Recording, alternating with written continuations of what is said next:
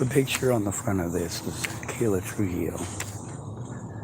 She was supposedly my friend before Natalie died. Now, instead of listening, she wanted to talk over me.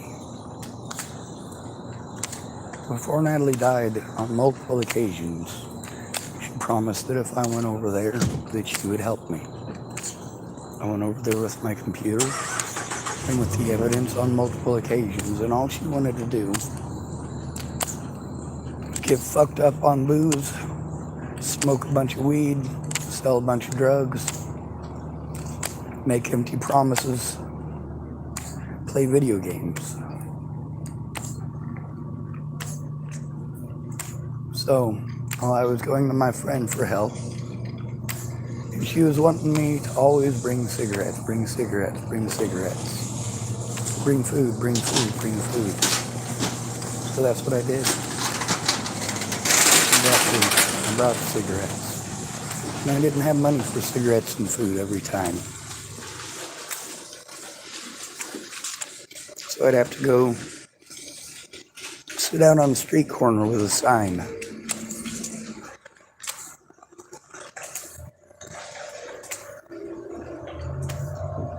Make enough money for cigarettes from Miss Peaches, aka Kayla Trujillo.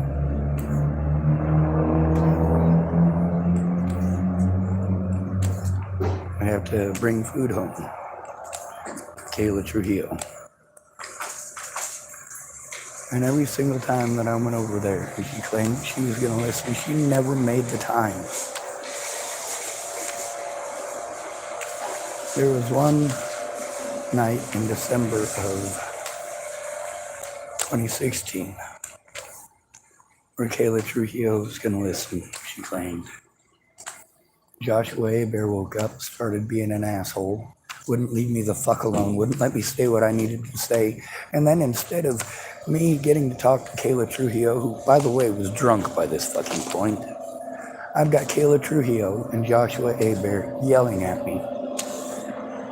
Holy shit, that's not help, that's not listening, that's abuse. It's abusive as fuck. That's taking advantage of an at-risk adult.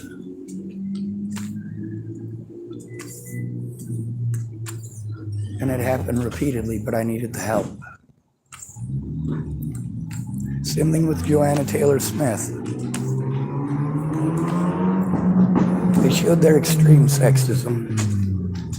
And of course, the pampered lives that they live. Now, I am 100% against the Me Too movement. I believe that no victim should be left behind, regardless of gender. Just because somebody is born with a different gender than you doesn't make it okay to harm them. It doesn't make it okay to assault them. It doesn't make it okay to threaten to kill them and their friends and family, which is what I've had to deal with from these predators for 7 goddamn years.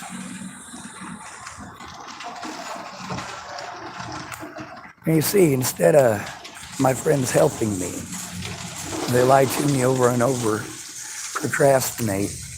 I have to turn these crimes in immediately, and I have to have a friend or family member who gives a shit to help turn them in. And I have literally never had that. I get taken advantage of. That's it.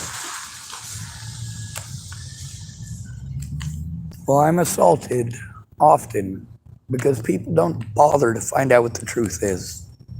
This Andrew Wolnez feller, how many times has he assaulted me? How many times has he threatened me? And how many people have lifted a finger to help turn it in? Well, that second part would have to be 0. It has to be turned in, not jump around in circles for a bunch of government services because they're supposed to do it. They're not going to do it unless I have a friend or family member who cares. That means a friend or family member who knows what's going on. A friend or family member who's going to look at evidence instead of argue with the victim like he's a retard. The thing is, we've got to have a system of checks and balances, such as police oversight when it comes to at-risk adults who are being abused. We can't turn in abuse as at-risk adults who are male. This is an absolute no. It's not possible. The only way that an at-risk adult can turn it in is if they have a friend or family who cares. And if you don't have a friend or family member who cares, you just take abuse.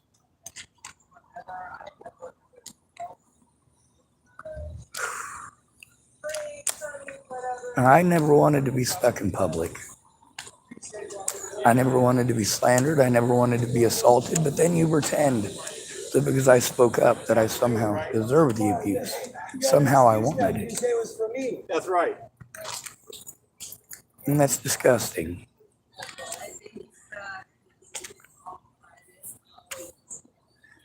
If you rape somebody and say that they wanted it, does that make raping them okay? No? Well, it's a heinous crime, same as abusing an at-risk adult. It's a heinous crime. But if it's not rape, no woman is going to care. No woman is going to take it seriously. And of course, we've taught everybody that only girls can be raped and only boys can be predators.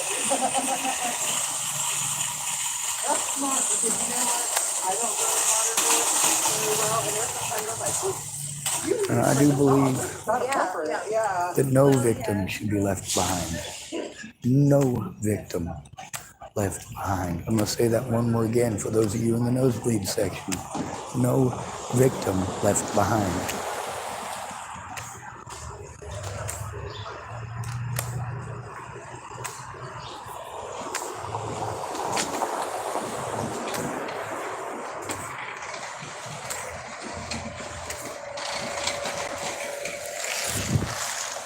When you make an at-risk adult go to the police alone, outright that you don't give two shits what happens to them. When you want to procrastinate and postpone and postpone and postpone, it results in bodies, especially out here on the streets. Those of you who are lucky enough to live in houses don't have to encounter this on a daily basis. We do.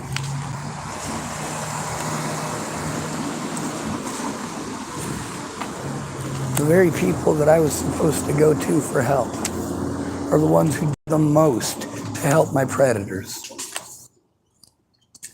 The people that I was sent to, who get government paychecks, who are supposed to help stop abuse against at-risk adults. Did they lift a finger to stop the abuse? No. All they were interested in was the stuff that they could make money off of. Well, you know, if we actually do our jobs and stop the abuse against this individual, then he's not going to come back next week for therapy. No, boys don't need fucking therapy. We need humanity. Men don't need therapy. We need humanity. What the fuck is the point of going and bitching at a woman in a room about women who won't stop bitching at you and won't stop trying to destroy your life every time they don't get what they fucking want? Every time you say no. How many women we got shouting and spouting about how they need a man? Well, that's fine. I'm not interested in being your man. Ever. You're gross.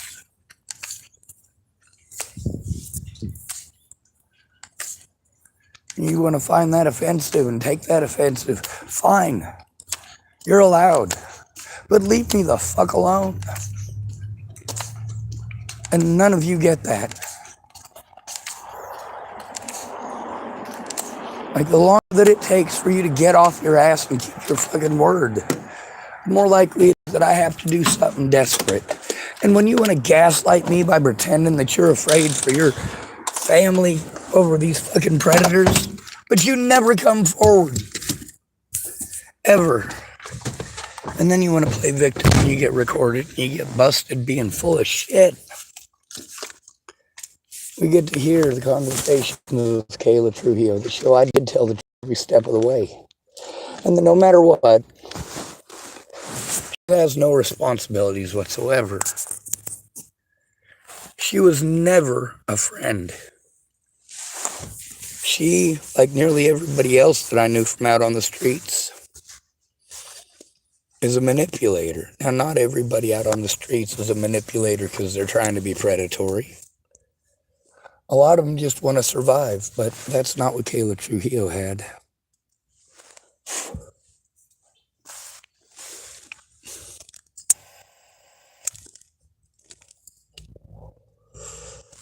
Kayla Trujillo had a family that helped her out. Matter of fact, I even found out from her mother that the entire time that Kayla Trujillo was pretending to be homeless, she wasn't. She was living with her mom the whole time. Her mom was just fine with her being out really, really, really, really, really fucking late. Like 2 or 3 in the morning late when she was underage. It happens.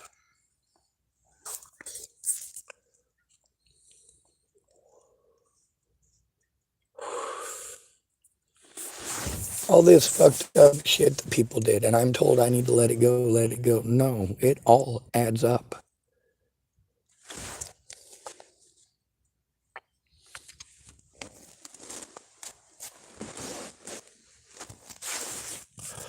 I literally can't protect myself from these predators, and I can't hope for anyone else to step in and take it seriously. I need to turn in Molnez, and I need to turn in the police in this town. And I need a place where I can sit down with the goddamn evidence before the fucking statute of goddamn limitations is up.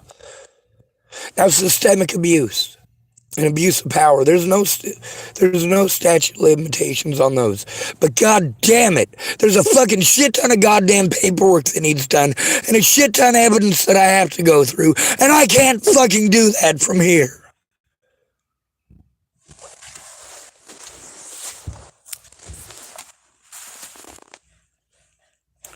Now, there are 2 people who could have done something to help. When Natalie Bollinger disappeared, I was at Kayla Trujillo's house. She wanted to hide her name, but she promised she was going to help me to turn it in. And she literally never did. Her name is not safe, and neither is her face. There's her face. That's Kayla Trujillo. One of the drug-dealing fucking nut jobs who pretended to be my friend, who promised to help. But I gotta fucking come over with cigarettes, right? I gotta free up some of her time, right? For her to play video games and get fucking drunk and treat me like shit. Why did I keep going back? Because nobody else was fucking coming through either. Kayla Trujillo kept saying she was gonna, but she never followed through.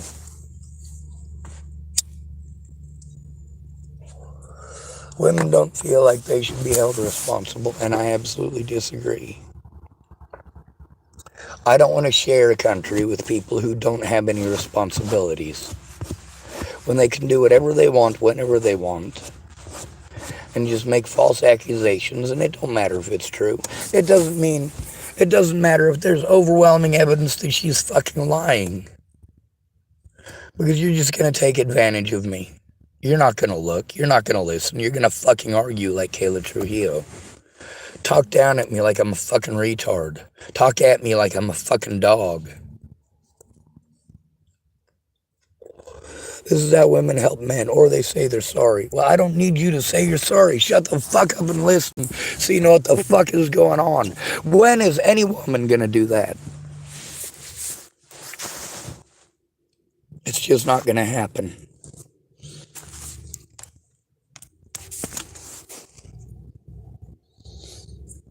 Kayla Trujillo,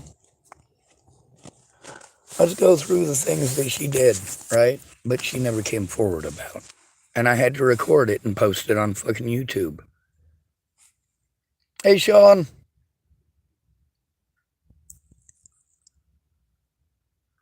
Apparently he died the other night. Someone had to bring him back. I don't know, I wasn't there. Anyway, when I went to Virginia to see Natalie and her sister and a lot of other people, I recorded those people. that I went to see. Them talking about the fact that, yeah, I was going to see him. Some of them wanted to play stupid. Oh, it doesn't make a difference. Yes, it fucking does. It shows that I told the truth. It shows that they misled the situation intentionally. It shows that I wasn't going all the way to Virginia just to stalk Natalie. It shows that I set up the trip with multiple people.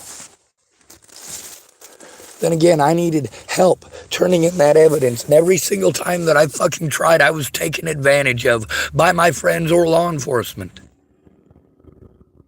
Every single time.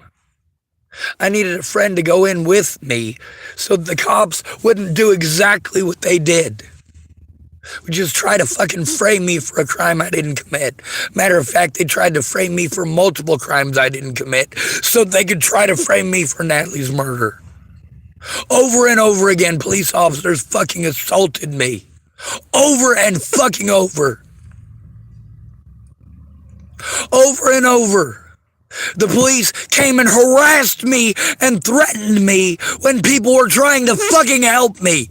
They repeatedly cut me off from my help. And nobody fucking listens. Nobody fucking cares. You painted me as a fucking monster, and not one goddamn person has fucking stepped in to say, hey, this is fucking wrong. No, instead they want me to feel sorry for them. Oh, poor them, they have kids. No, you stupid cunts. You do not get to hide behind your fucking kids. American women are considered the most disgusting women on the planet for a reason. You will not find a more selfish group of women.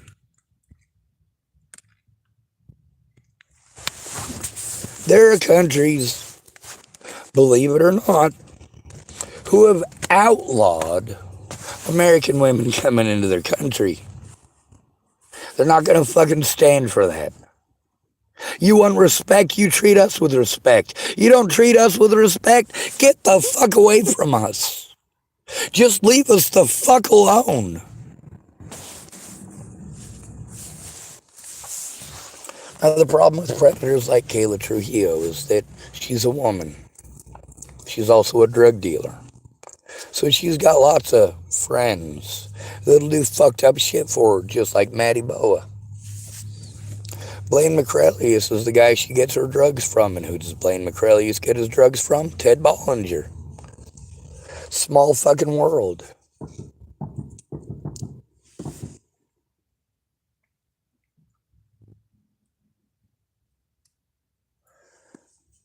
Sounded like a nail gun. They must be doing some construction somewhere nearby.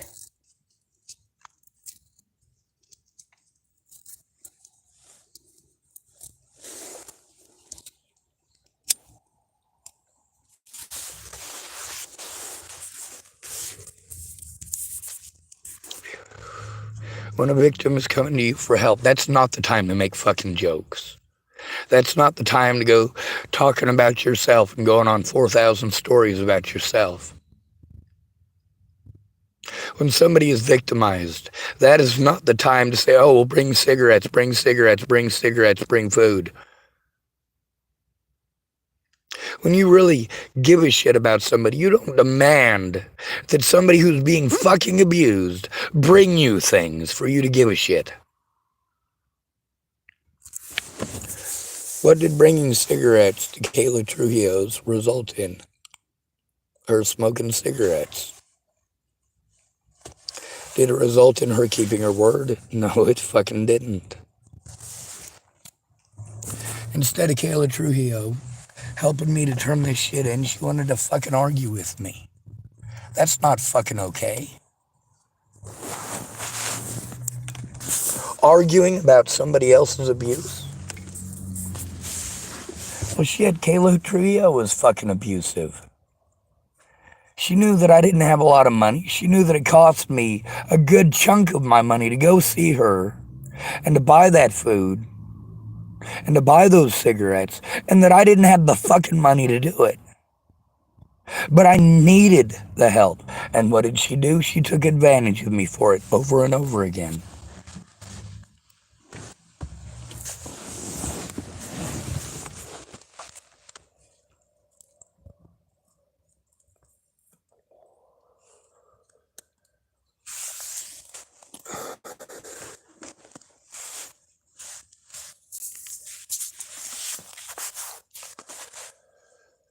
It was your friend or family member. You wouldn't argue with them. You'd help them to turn it in. It wouldn't be about the questions that you want to know. It would be about listening to the fucking victim and finding out what's going on. Now, how many women have allowed me to finish what I'm saying? None. In the history of all of this, none. Instead, they antagonize the situation, and then they might listen for a bit, followed by more antagonization. I don't need you to blow smoke up my ass. I need you to fucking listen. All right? If you know what's going on, maybe you can make some good decisions. The problem is the decision's already been made on what needs to happen to stop this abuse. The decision was already made when the laws were written. I need a friend or family member who gives a shit. But if you have to pay them to do absolutely nothing, they're supposedly your friends. If they were your friends, they would help you because it's the right thing to do.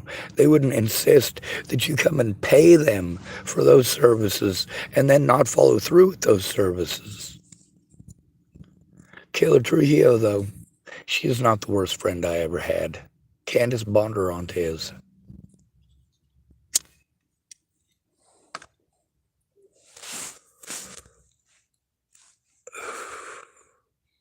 Who's worse than Kayla Trujillo? Candace Bondurant. Who's worse than Ted Bollinger, the child molester and drug dealer and wife beater? Kayla Trujillo for helping him get away. Candace Bondurant for helping him get away.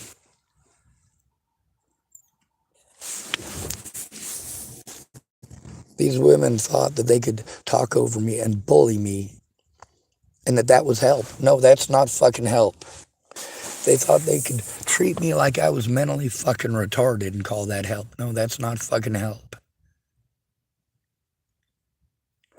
They thought they could blame me for decisions that they made, like Candace Bondurant wanting to throw it in my face that she gave my friend a $50 card to McDonald's. Holy shit, no, she gave a fucking tweaker that I knew a $50 card to McDonald's. Then she wanted to bitch at me that she was broke, didn't have money, because she spent all of her fucking money on fucking tweakers in Boulder when she came to pick me up.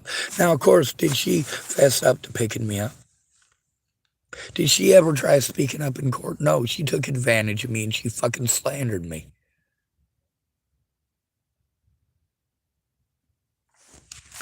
See, this is the help that we get from women. Blown off. Blown off. No woman has any respect for a man who's not fucking her or paying her bills.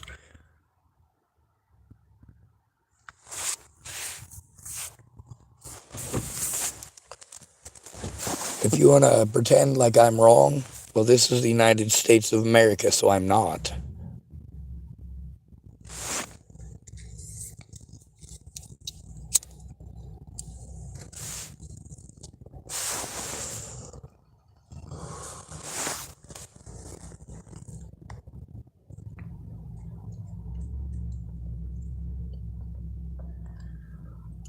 Now let's read an article here. This is about Natalie Bollinger, and it's all bullshit. All right. It's called Medium. And the woman who wrote this, her name is Rebecca Schroeder. She wrote this January 6th of 2020, and it's not the truth. None of these people type the truth. None of them care. The slander is more entertaining to them, but the truth, well, It makes their fiction just funny. Well, let's read this shit. I was stalking Craigslist and social media, the case of Natalie Bollinger. See, they already assumed my guilt in 2017 and committed every felony that they could. They knew that I didn't have any rights because I didn't have any money, and nobody who's homeless has real friends or family. Says someone was stalking Natalie Bollinger. No, nobody was. Says she feared for her life and filed a restraining order. She did not fear for her life. She feared that people would believe me. And as far as the restraining order, I didn't even know I had a fucking court date. They intentionally withheld information and held court without me knowing that I couldn't take care of myself and couldn't defend myself, could not protect myself. And those cops did what? They bullied me. It was Officer Michael West and some dipshit. It says, so when she went missing soon after, everyone immediately pointed the finger at the man who'd been following her, Sean Schwartz. I wasn't following her. That's the thing, is that just because somebody says something doesn't make it true. And the evidence shows otherwise, but nobody will fucking look at it. You see that for 7 goddamn years, I've been trying to get help stopping abuse.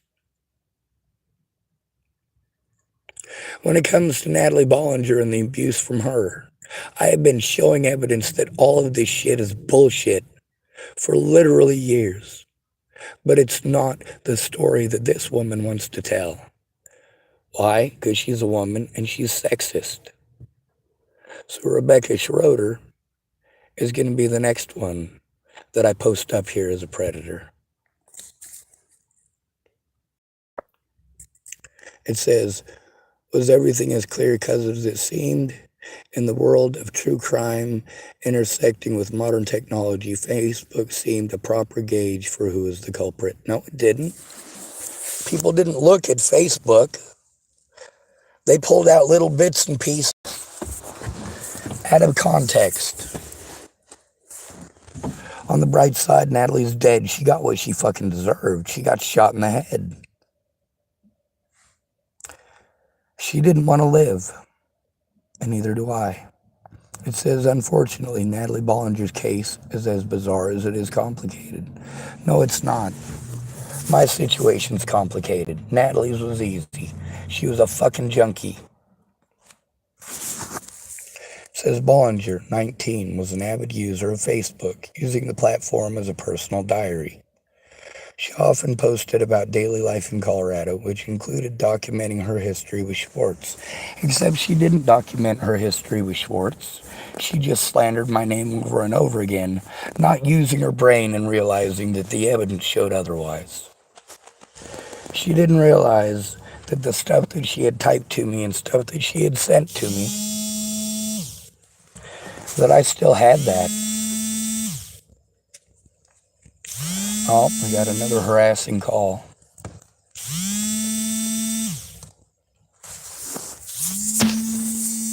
It says, writing on her timeline that he was sleeping behind her workplace. No, she didn't. She didn't write on her timeline that I was sleeping behind her workplace. Because I was never sleeping behind her workplace. It was her final public post in December of 2017, after over a year of abuse, that she made that claim. Of course, nobody cares if it's true or not. They didn't look into that. They just wanted someone to hurt. It says, writing on her timeline that he was sleeping behind her workplace and constantly harassing both her and loved ones. Now, the thing is, I wasn't harassing her and her loved ones. I was being harassed repeatedly, over and over, by people like Ted Bollinger, Tim Beeston especially. He was a big one, but he wasn't the only one. Now, this woman types this as if it must be true just because Natalie said it. Did she bother to look anything up?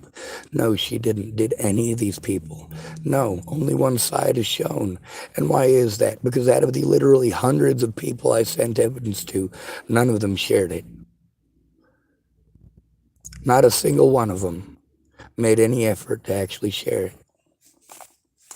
It says Bollinger filed a court order that would legally separate them from interacting. She published this post as part of her public plea, according to CBS Denver. What about my public pleas? That's the thing, is that I was pleading for help for a whole year before Natalie died, and you pretend that I stalked her because I asked for help and because I told the truth. And said he's sent me emails for over a year, close to every day, harassing me. Well, that's not true. There's a grand total of 6 days total where I had sent her emails, and every one of them was because of abuse, and I let her know that. But this isn't what this woman wants to sell, because she's a predator, and we have taught women to be predators, to slander men's name, and it's okay. There are going to be no consequences because she chose to victimize a broke homeless man, same as this woman here. Now it says, let's continue reading this. It says he sent emails for over a year, close to every day, harassing me, making numerous different accounts until I block him again, threatening my family, telling me he'd kill himself in front of me. Now, these are all outright lies. Where are the threats against her family? I want to see them. Where are the threats from her? Threats against her family. I want to see them. Now, I threatened what? Did I threaten to kill myself in front of her? No, I didn't. I said I wanted to, for certain. It says, and sending my friends and family threatening messages as well. I didn't send her friends and family threatening messages. I posted the fucking truth. She pretended that I threatened to kill her and her friends and family, all the way in Virginia. It says then, on December 28th, 2017, Bollinger vanished. As she had accumulated a minor following on Facebook, people instantaneously jumped to conclusions about Schwartz, urging the police to take action through their own digital investigations. But they weren't investigating, they were slandering. And that's the point about allowing the victim to show evidence, allowing a victim, even if they're male, to turn in their fucking predators. Because when you don't, it results in a lot of harm.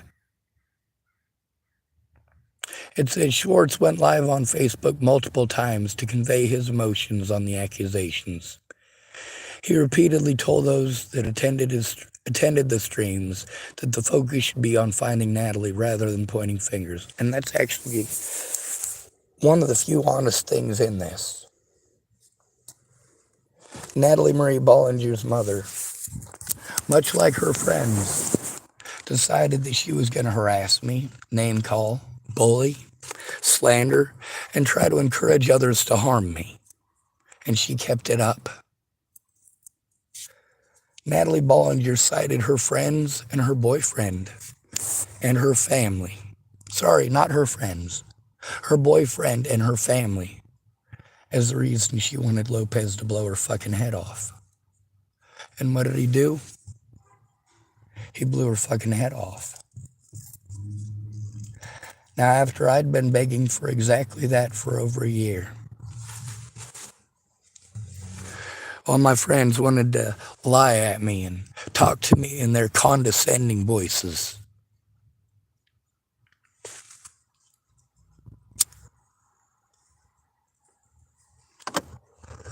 And I'm not allowed to show any reaction whatsoever. I am expected to have no emotions. There's a lot more slander on here. See, well, Natalie's friends and, well, they're not really friends. She didn't actually have any real friends. But it says Schwartz went live on Facebook multiple times to convey his emotions on the accusations. He repeatedly told those who attended his streams that the focus should be on finding Natalie rather than pointing fingers. Upon news outlets catching wind of the case, they interviewed Sean Schwartz, who disclosed his point of view. That's an outright lie.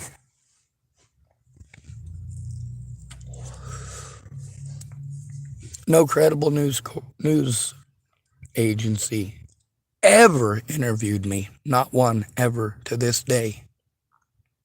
Not one.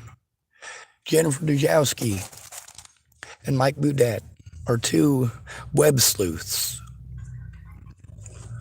both of whom made agreements with me that in exchange for my interview, they would only play it in its entirety, that they would not release it to the public until they found Natalie's killer,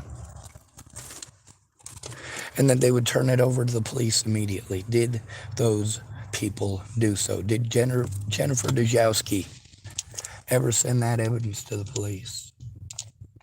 How about Mike Boudet's friend Josh? Mike Boudet never did an interview with me. His friend Josh did, and they committed felony after felony afterwards when they realized they could get into trouble. Not that it matters, because none of you fucking care.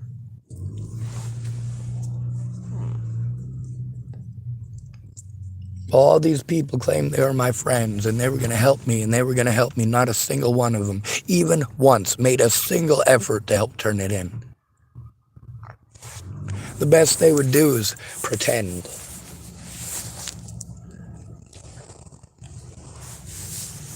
Jennifer Dujowski, rather than writing an article, what did she do?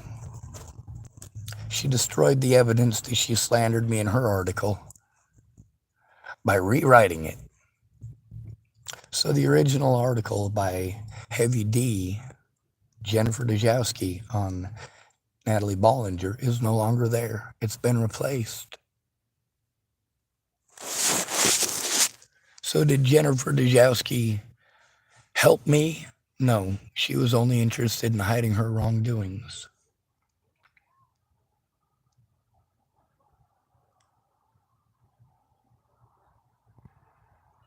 And it says I disclosed my point of view. No, I didn't. I didn't get to.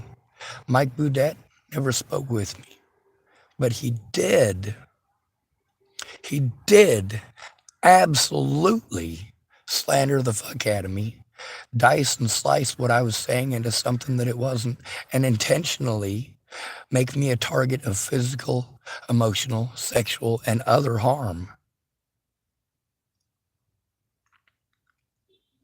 And he did not care. Now, who's this Rebecca Schroeder idiot? Well, she is a woman who feels entitled. Now, let's take a picture of this Rebecca Schroeder lady, and we'll post it up on the next video. She's only got 412 followers. That means I'm more popular than she is. Imagine that. Maybe this will springboard her into the limelight. See, that's the thing about these nut jobs. They don't care about the truth. They don't care whose life they destroy. And the people they target the most are people who don't have the money to protect themselves. It's not just slander. People kill people over this slander.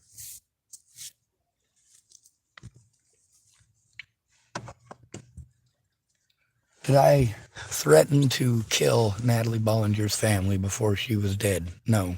Did I ever threaten to kill anybody in her family? Just once, right after my grandma's funeral.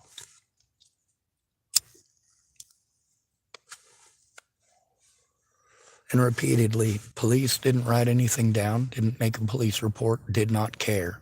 Without a friend or family member there, they're not going to. I'm a homeless man. I was forced into homelessness because of Natalie's death. I was forced to live with drug dealers to try to get help, stopping abuse by Natalie and her friends before Natalie was killed. Because the people that I was sent to, the quote-unquote professionals, all they wanted to do was send me around in circles and make profit off of me. It wasn't about stopping the abuse. When you say that men just need to get into therapy, no, we don't. Therapy doesn't stop abuse. Therapists don't stop abuse. Police repeatedly pawn me off on therapists for jobs that the police are supposed to do. Now, they're supposed to work together with the victim to stop the abuse, but they didn't. For over a year before Natalie's death, I was threatened, harassed, intimidated, assaulted, and my predators made dozens upon dozens of accounts to harass me with.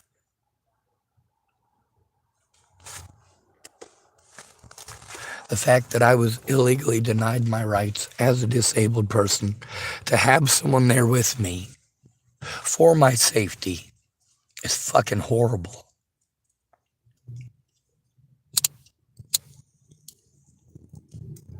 Where was Jeff Ritter to help me turn in this abuse? Where was Kara Heller to help me turn in this abuse? Where was Nicole Gerald to help me turn in this abuse? Not one single friend even bothered to find out about the abuse before Natalie was killed. They were too busy talking over me. Too busy telling me what to do, what to think, and what to feel. It's not that I didn't try to get help. It's that I had to go to women for help. And no women in this country give a fuck if you're being abused. You have a dick. If you're not fucking married, not her kid, and you're not rich, you're not paying her bills, she doesn't give a shit. She'll pretend to care. But when you're assaulted, you're threatened, you're abused, she's not going to help you to turn it in.